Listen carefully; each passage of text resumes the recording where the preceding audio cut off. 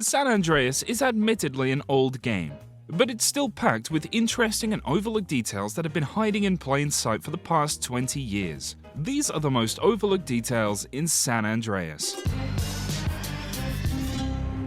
There's no better place to start than the Johnson house, where there's a few neat details. The thing is, the details in this game aren't as prevalent as in GTA 4 or 5, due to the low texture resolution. But I still have some great stuff to show you that you might not have seen before, like maybe these magazines and books on this table by the door. Lots to see here, especially since I can move the camera through them to see what's underneath. First is Thrust, the July 1991 issue. Rev up, baby. Fast and sexy movers. Top riding pleasures. 69 ways to reach your driving climax. Can you beat your neighbor on performance? This mag features both a Turismo and a Bullet. This is the beta Bullet, although we'll get to that later. Here's the May 1991 issue of Classic Rides. 69 new models. Coming soon with 2 M's. The latest bikes for full throttle action. Looking for the ride of your life? The best tight leather pants for riding. This magazine was running a competition to win a Sanchez. This big red bike on the front is the FCR 900. Hell Devastation is next, the April 1990 issue. Is your kitchen a breeding ground? Tacky and flowery. Do you have musky, dusty smells? Toilet mishaps explained. And then there's this October 1990 issue of Rogue. Men revealed. Stockings reviewed. Undressed to impress. Plus exclusive footage from Las Venturas Secrets. 20 hot new looks. Catwalk bitching. Sexy fashion tips. Do you dare bet all on the beach? As far as books, there's Kisses by B.D. Carson. The Hand That Tips the Pram by D. Claremont, which apparently was also the biggest movie of the summer. Who knew? A Few Good Hens by John Craig. Something by Philip K. Jones. The Last of the Mullets coming to a cinema near you. And The Space Jam by G.M. Bellotti. These pictures on the wall were taken in-game, both out in Red County. This photo of CJ was taken outside of the County General Hospital in Los Santos. Not much more to say about it, except it's backwards. There's also a photo of who I assume is Sweet and Kendall. Upstairs in the bedroom, there's a couple more pictures on the wall. Not too much more to say about these, except, hey look, it's a cat. And there are a few more magazines on the bed. This is the October 1991 issue of Ideal Living, San Andreas' best-selling homes magazine. Style made easy, the best buys. 369 ideas for your new home. Lots of 69s here. Interior top tips, let blue inspire you. Ever popular red, and green is, well, something, I can't read it. Where to find the best home? Win a designer-fitted kitchen. Featured fabrics are in. The room shown on the cover was indeed made in San Andreas, and this bed model can be found in a lot of interiors. This seems to be an early version of the hotel room interior, as we can kind of tell by the layout of the bed and the bedside tables, as well as the window, which is pretty much identical, although not quite. The hotel room also has a very different floor and wall design alongside its different bed, but I'm pretty sure that this is the same room. Top Nosh is a pretty funny name for a restaurant magazine, well done team. This is the April 1991 issue. Includes the best of Las Venturas, Los Santos, and San Fierro. Top San Andreas restaurants surveyed. For the perfect night out, try Flavors of Mexico. Flavors is also spelt the correct way. The cover photo is apparently of the Secret Valley restaurant. Takeout boxes can be found around the game with their name on it. And you can even take a girlfriend here for a date, though the interior isn't anything like this. Lastly, there's this magazine showing off the old Venturas strip. And in every low-resolution screenshot, you can see that they neglected to turn off the HUD. That's just the San Andreas HUD. Win an evening at the Clown's Pocket. Just answer the following question. I'd give anything to know what that question is. The kitchen area, like a lot of interiors, is pretty bare, though there are some Big Logs Cocoa Pops. Start your day with a mouthful of cock, as well as some 24/7 Savings brand peach halves and baked beans. And who could forget McLean's Scottish whiskey? That's all I got for you on that one. It only seems fair to stay in Grove Street for a minute, as we also have the ability to look inside the homes of Sweet and Ryder. Let's go to Sweet's house first, where there's a couple of things to be seen. This bedroom doesn't have a solid floor, or anything interesting in it really, but it has the bed that was on the cover of Ideal Living. The bathroom is pretty ratty. I don't think there's much to say about it except the living room has less than one would hope for an overlooked details video. Many electronics in the game are branded Sunny, which feels like a much more direct reference, if you will, since San Andreas was a timed exclusive for the PS2. There are also 2 Sunny video players in this stack.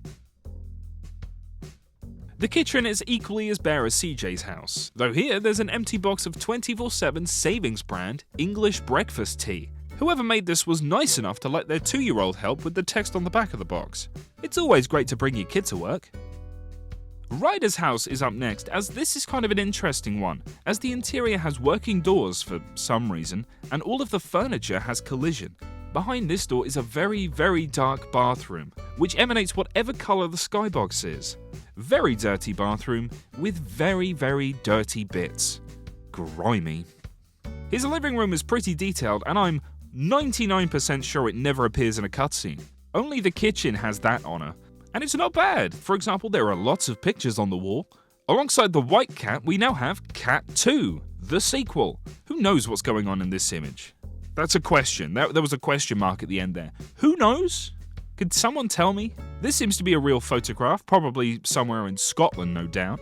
I'd say it's probably the same for these pictures too, but, I can't be sure.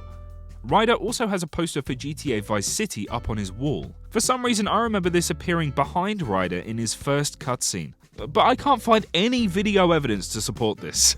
It's like a very specific Mandela effect. It's driving me a little crazy. There's also a poster for Top Down City starring Arnold Stallone, a movie that's first mentioned in GTA 3 but also appeared in Vice City on Prawn Island. In San Andreas, it can only be seen inside some inaccessible interiors. Ryder's kitchen is the only part of the house that's visible in cutscenes, and it's not even the most detailed room, so why they did it is beyond me. There's some Burger Shot trash on the floor in the corner of the room, not a trash can in sight. And on his kitchen counter there's a bottle of whiskey, Rockstar Edinburgh whiskey. This isn't just a recreation of a Jack Daniels bottle either, this is just a real Jack Daniels label from back in the 2000s, though these aren't that different to what you'll find today. On the side it still says Made in Tennessee, and you can even make out where it says Jack Daniel Distillery on the front. In the other corner there are posters for Base 5, Wear It In. This is a clothing brand. On both of these posters, images of the industrial zone from Manhunt serve as the background. The 3D universe just couldn't contain the kinds of details that the HD era games boast, but there's still some interesting stuff to be found in the open world. For example, I found these 4 bail bond places right next to each other, all different, like a bail bonds strip mall. I didn't do it bail bonds, immigration bonds. Gangster bail bonds for the OG in trouble. Quick bonds, Liberty Fast. And Vinewood bail bonds, anonymity guaranteed. Call 555 Big Star. There's a couple more stores I found interesting, like this store with the times in London, Los Santos, and Liberty City. None of these are as cool as the Tiki Theatre. Adult, live, can I say naked? I suppose I just did. Girls! The best part about this one is obviously the large figure on the side, which was the model used for the hidden packages in Vice City. Not necessarily overlooked, but definitely interesting. Next, how's about we have a smell around some of the restaurants in the game? Starting with Burger Shot. The menu might be something you've seen before, but let's go over it anyway to pad for time. Time. Sweet, precious time. Can't get it back. No sir. Everything is 69 cents, lied Burger Shot. You got 4 options, pal. The Burger Shot special meal, the chicken burger meal, fishy shit, and freedom fries. Orange, cola, and lemon for drinks? Damn. For dessert, it's apple pie, blueberry, just the one I assume, and cherry pie. There's a few interesting details inside. I'd say there's just enough logos around to make sure you know you're in a Burger Shot. Take one of these away, we might start having trouble. The chairs and tables also seem to have this kind of Scottish tartan pattern, and you gotta love the Scots. Behind the counter we have the infamous Burger Twins, lots of boxes for the Beef Tower Burger, and this electric POS system for Burger Shot showing the Double Deluxe and the Buster, which are both actually well-stacked pizza menu items. On an order for 20 big ones, good lord. This screen is reused for every restaurant, so they all say Burger Shot. On the wall, we have a different menu to what's seen outside. The sandwiches are single shot, Double-barreled with cheese, Mr. Squidward, with cheese. The buckshot special, vegetarian grill, seafood steak, and chicken bits in either 4 or 8 pieces. Drinks are actually sprunk, coffee, and shake. Newest tastes, double-barreled Mexican, and the buckshot special, Swiss style. A new healthy salad. Yum. And 3 nice-looking donuts. There's a poster for the double-barreled special on the wall. This is usually found at bus stops and such, hence the address at the bottom. Though I don't even think that this is that address. Snooping around another burger shot, I saw this mirrored text in the window. Gentleman's relish, our house specialty. Now time for the Well-Stacked Pizza Company. Like the other restaurants, they all only have one interior, so that makes things easy. Here's the menu for the joint. The Buster and the Double Deluxe both cost $5. Another meal shown on the tills earlier. And well, the till's here too. The full rack is $10. These prices are consistent with what we pay in the game. There's a low-res menu here, but not low-res enough that we can't read it. Individual pizzas include cheese and tomato plus ham, pepperoni, seafood, tuna, chili, vegetables, which I think is missing an E, chicken, Mexican, and mushroom. There's also a pick and mix option. There's pasta too. Spaghetti? Spaghetti? I must be reading that wrong. Fowl cheese. Vegetables spelt wrong again. Spag bowl and meat feast. The drinks are cola, sprunk light, coffee, chocolate, and strawberry milk. Pretty boring. For dessert, donut, ice cream, apple pie, and pastry. Weekend special, any 2 9-inch pieces for $14.99 plus unlimited soda. Call ahead for takeaway, and if you want something from the lunch saver or the kids special menu, well, you can just go and f*** yourself, cheapskate. Here's a look at some of the delicious pizza on offer. You can almost smell it. And it's just the way I like it too. Paper thin. Today's special, all meat pizzas half price with garlic bread. 2 for 1 on all sodas.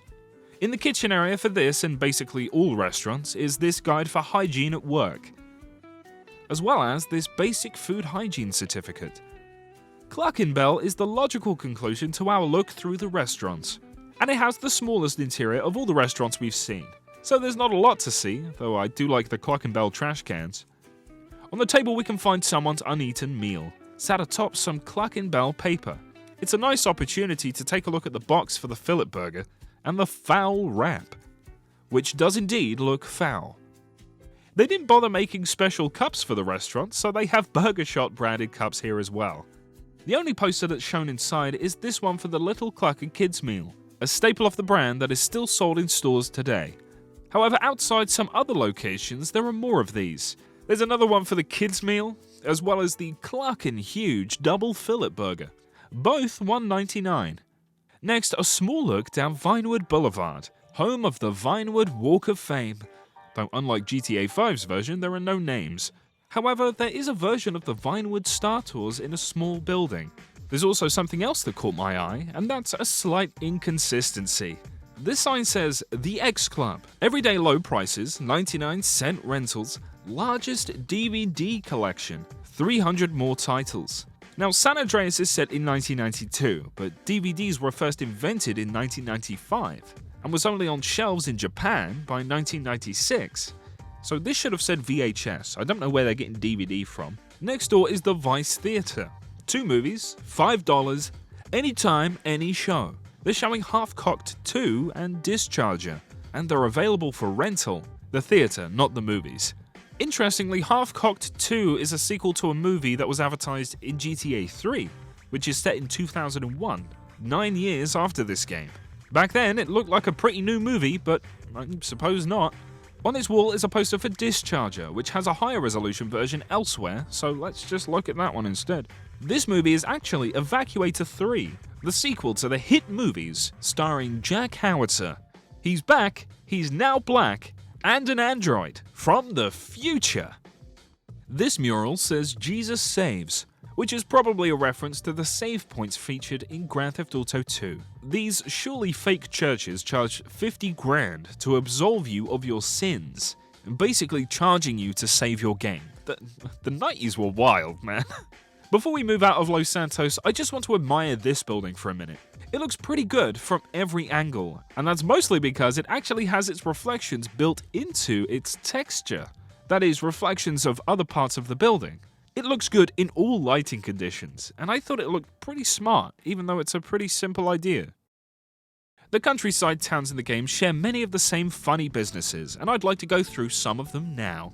Like Jazz Mags, pandering to your perversion since 1966. Dick Sounds has many locations, and this is just one of them. We take all 12 inches. Here's Discount Furniture, turning trailers into homes. How lovely. And Little Lady. Sexy farmware for dirty girls. For me, nothing beats Locals Only. We don't like your type round here. Yup. Nice Buns. Bakers since 1979. We've always got a bun in the oven. Their little logo here reminds me of an asshole. There's a bioengineering place in this warehouse. Yes, that's bioengineering. Getting our hands on your genes. If you need to confess your sins but want to do so from the luxury of your own pickup truck or tractor, come on down to Drive-Thru Confessions. Open 24 hours. Park and praying. The booth is pretty funny too, with a microphone and a loudspeaker, so your confession can be heard by all. Now for a look into one of the generic supermarkets that you can find around the map. There are like 5 different layouts, but they all have the same details. First I saw some family-sized Raspberry Ripple and Chocolate Chunk Cherry Popper ice cream. Both actually made their way into GTA 4, I found them at the diner. And some delicious dump ice cream bars, and fishy fingers, cheap processed cod. There's a freezer here with some strange culling issues. I don't know if this is just a PC issue, and I'm not professional enough to check, so with that being said, behind the glass is actually just a bunch of meat. There are some strange brands on the shelves that frankly I don't know what to do with. I got nothing for these two. Nothing. And then there's a box of cereal called Signorios, which comes in at least 3 varieties, but wait, there's more. Cocoa Pops makes another appearance, alongside what I assume are Big Logs Crispy Flakes. Contains no vitamins. And how about this Love Juice with Chunky Bits? It's yet another asset that found its way into GTA 4. If you need more Slicko Grease sex lard for more slippery lovemaking, thankfully there's a place you can restock 24/7. Check out these slightly oversized Sprunk and Sprunk Light cans. Just slightly bigger than they should be. Okay, a lot bigger. Underneath, there are some bottles of pish. Who knows what's in this bottle though, but it's got a gut on it, so that's enough for me. And then there's some big boxes of pish. Yummers. This milk was also reused for GTA 4, and here are some boxed pizzas. On the walls there are posters for Cocoa Pops and Monkey Juice. Freshly squeezed taste of parasites. Let's now head over to San Fierro because I need to keep this video moving. Otto's Autos is a place you've likely seen if you've played the game, and there are some pictures of cars on its walls. First of all, there's this Infernus, which isn't much different from the final model. These front lights are no longer orange, and orange indicators have been added to the headlights. This one is of the ZR350, and it's very, very shiny, but the design seems pretty final. This is the Turismo, which looks like it may have had a slightly different grille design and badge design, but this could just be due to the lower resolution. Next is the Bullet, which is the same one used on the magazine from earlier, and it's the earlier beta model of the car that features 2 stripes. It looks quite different to the final car in many ways, partially due to the lighting, but also the front grille and these front lights too. These tramcar stops caught my eye as I was flying around the city. They make sure to say City of San Fierro just to make sure you know where you are. The thing is, does this say Big Cox? Have I got it on the mind, or does that just say Big Cox? Now for the Gant Bridge Visitors Center, gift shop, boring museum, and tourist information. It's an easy one to miss if you're not looking around that much, but it's not exactly overlooked. This game is over 20 years old, mind you, so gimme this, would you? It features an actual piece of cable. Ooh, amazing. That's mind-blowing. Actually, no, it's just simple physics and not really that impressive. Alright. And now for some bridge facts. Pay attention as I will be quizzing you later. Length 159.7 meters. Height 60.3 meters above sea level. 16,000 polygons including LODs. 600 meter draw distance. 11 textures. takes up a staggering 1.27 megabytes of disk space. Here's a look at some more early vehicle images inside the San Fierro driving school. There's quite a few on the wall here, and they're all quite interesting, so strap on. Here's the Monster, specifically the second variant of the Monster. This one is pretty much identical to the final version in the game, if not a bit shinier. The Slam Van has a modified hood, but that's also in the game, so that's fine. This paint job is available in-game, but I don't know if this exact combination of colors is possible. The Windsor looks a little bit off in this image, with an almost completely different design for the headlights. The Hustler looks mostly the same, though here it looks like the wheels used are those generic looking ones from GTA 3. The same goes for the Feltzer, which has a slightly different indicator design. Finally, here's a look at an early San Fierro. There's a few subtle changes here along the Bay Area, including these places, what the arrows are pointing to, and that. The beach was also a little bigger, and most notably, most of the area down here hadn't been finalized yet. This adjacent area also looks rather bare. Around this area, and possibly added later in San Fierro's development, is Zero's RC store, which is full of interesting models and model kits. One of the most well-known Easter eggs here is the Tommy Vercetti and Lance Vance figures from Vice City, though these boxes also hide a small Rockstar logo with what looks like a Scottish tartan pattern. Of course, there's also a figure for Cash, protagonist of Manhunt, and of course, Pigsy. There are lots of quick-fix train models in box. A yellow train, a brown train, and a red train. Some of these models are on display behind glass cases alongside some small RC planes. My favourite detail here would be the small model car kits towards the back of the shop. There's a Swap Van 92 next to an early Hydra. The Swap Van looks basically the same besides a different wheel colour. This one has a number 7 marking on the front and rear, which is one of the numbers it can spawn with. The Hydra, however, is quite different. First of all, it's the wrong colour. Not grey, like the final version, which of course necessitates a different colour for the number on the side. The front landing gear is way too far back compared to the final plane.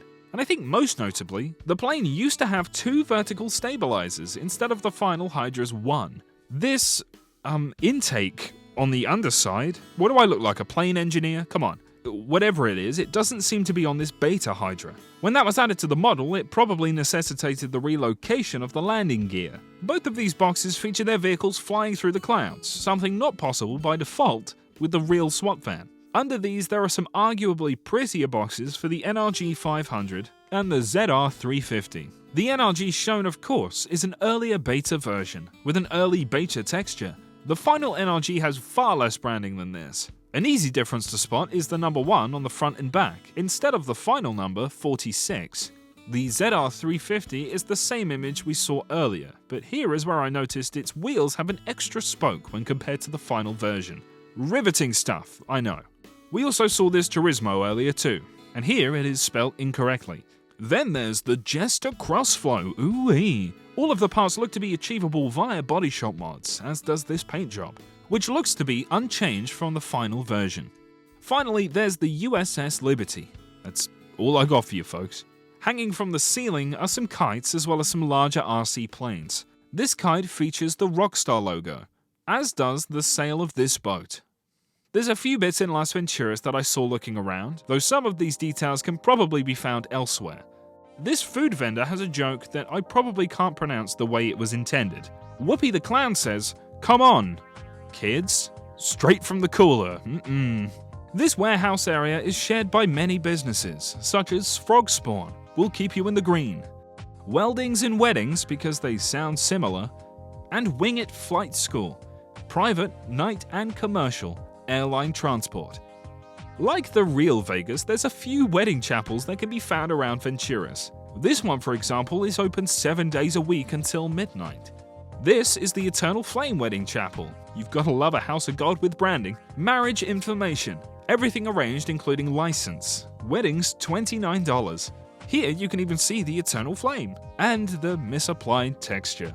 An almost identical chapel can be found next to the Camel's Toe, with the Eternal Flame branding having been scrubbed out. Both of them, however, are open 24 hours a day.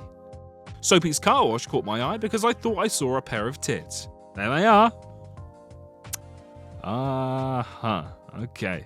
And that's where I'm going to leave this video. Thank you so much for watching. San Andreas doesn't have as much detail as GTA 4 or GTA 5, but I hope you've seen something here that you haven't seen before. And thank you to my patrons and members on YouTube for your continued support, including Captain level patrons, Person M5, Lucky, Saba, and Formula 10.